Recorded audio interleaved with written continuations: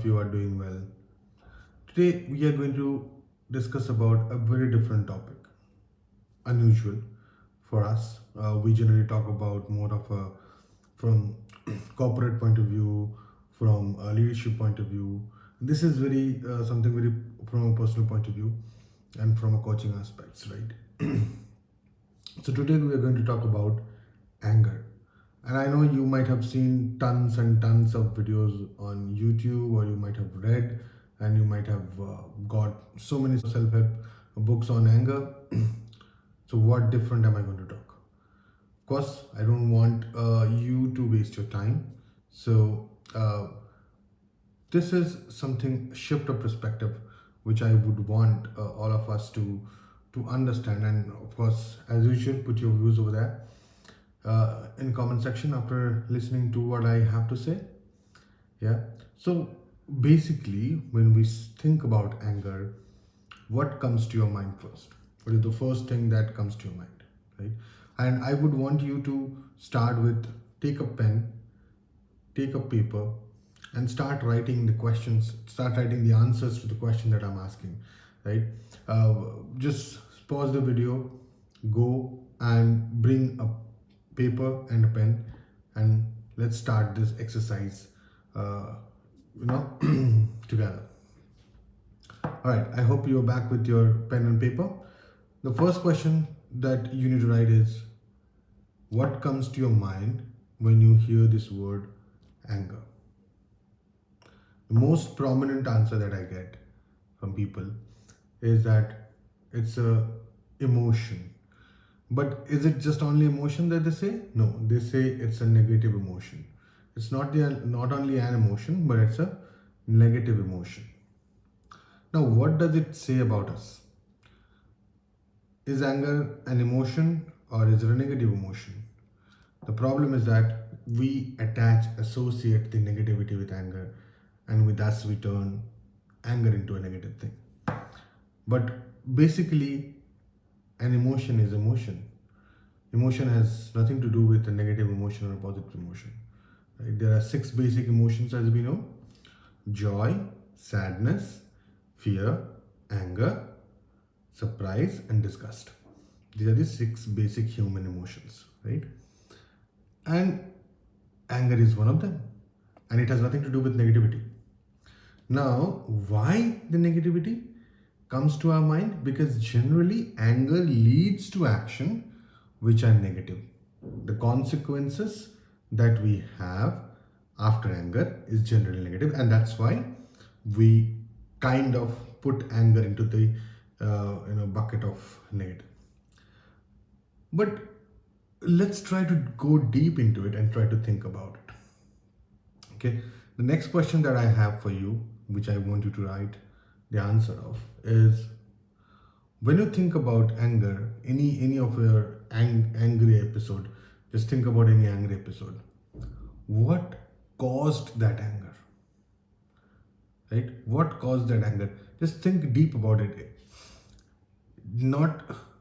Don't think about that person, don't think about that incident.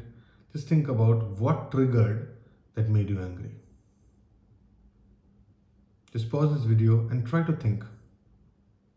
I hope you are back, and I'll give you a clue if you haven't yet figured out. Try to think what fear did trigger your anger. Generally, if you are angry, it must have been triggered by some fear. The fear of insecurity, the fear of losing something, the fear of losing your self-image. It could be anything, but generally anger is triggered by fear. So we fear something, and in order to defend that, we get angry, right?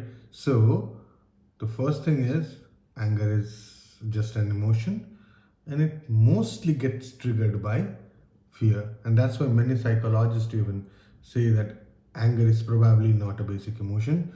It's more of a trigger caused by fear. Fear is a basic emotion. However, these are the 6 basic things that we know. Now, if you think about it, now you would realize that all your angry episodes were maybe caused by some fear. So now, if you think about it, you'd realize that everything is connected through fear.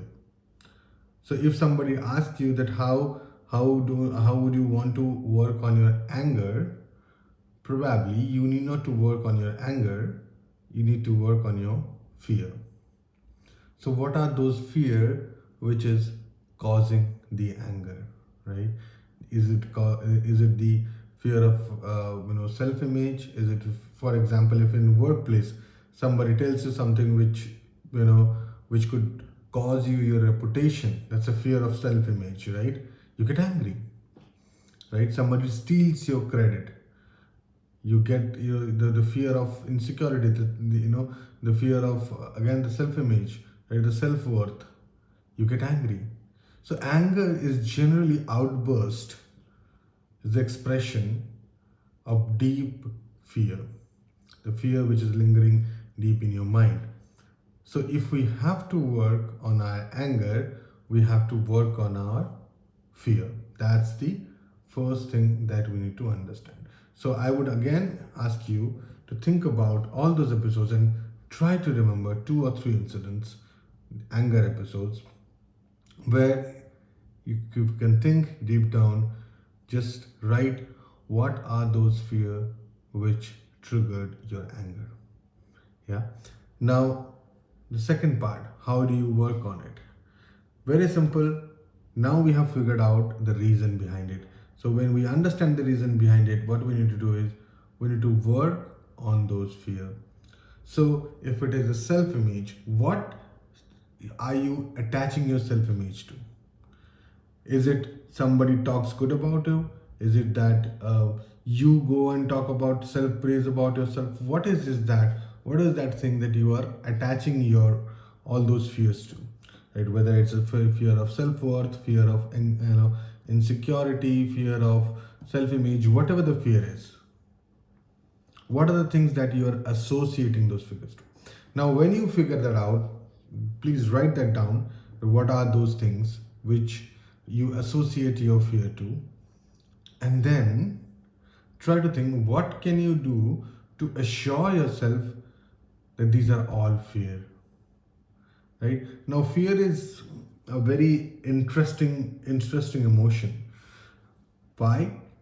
Because you are, or we all human are programmed somehow or conditioned to be fearful, right? Fear is a good thing for us, right? It's not a bad thing. Fear is very much required in our lives, right? Just imagine, and it's been conditioned for so long, right? When we were in wild within our tribes, we had those fear. We had the fear of fear of rejection, because if our tribe rejects us, we might not survive alone in this in that wild life. So we still fear rejection. For any rejection, we fear that because we are conditioned. Our brain is evolved like that, right?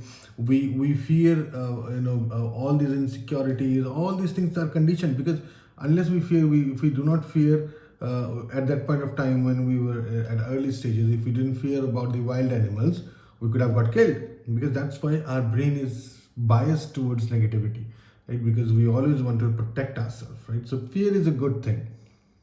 However, if it gets into, situation has changed, right? I mean, we do not live any longer in that world, so we need to rationalize ourselves, and we need to understand which fear is to protect myself and which are those fear which are illusion of protection and actually harming me, right? So there are fears which you need to be cautious of, right? I mean, if I'm walking on road, there is no one, I should be fearful of criminal activities, right? I mean, if I'm fearful, then probably I would take caution, all the cautions that I need to take. I would ensure that I have something, or I plan something where I need not to go through areas which are famous for, notorious for criminal activities and all that stuff. I'm just giving you an example. So there are fear which are legitimate, which we need to protect ourselves. We need to be fearful of when we are trying to trek, so that we can cover our, we can take precautionary actions, we take medicines with us and all that stuff, right? So that's good. However, if we fear that somebody talks bad about me and I lose my entire reputation, that's a fear that's causing harm to me. It's not giving me any precaution, because by that, I'll get anxious. I'll do things that I'm not supposed to do. I should just focus on my work, because if I do my work, my reputation is a consequence. My reputation is a result, right? It's not something that I can control. So what I can control is my work. I cannot control someone else. So because, but if I fear, I would always be in that loop and try to think what can I do to prevent that. And by, if I do so, I will not focus on my work, and that will in turn harm my reputation, and that will cause the fear to grow, even intensify. It will intensify even more. So what you need to do is, when you have identified your fear, try to associate those things with the thing that you do, and then start working on those. Try to identify those fears which are legitimate, which are required, and those fear which are not legitimate, right? Which are just kind of an illusion in front of us. And when we work on that, your anger will probably come down, because you're working on your fear. When you work on your fear, if it doesn't trigger anger, it doesn't trigger, because then you do not feel threatened. When you feel threatened, you get angry. But if you do not feel threatened by something, you do not get angry, right? That's very common. So that's how you can actually take control of your anger a lot more. But if you just think about, hey, I have to control my anger, you don't know what triggers your anger. When your amygdala gets hijacked, right? You have no clue over that, right? It's just those triggers, but you can work on those triggers, at which, by training. And what can you do to ensure that those triggers do not, those incidents do not trigger you? By practice, by talking to yourself that, okay, these are not my triggers, these are not my fear. My fears, there are fears which are legitimate, but these are not my fears. So when you talk to your brain, when you talk to yourself, you realize that those triggers are going away from your life, and that will not trigger the anger, and you can actually take control, right?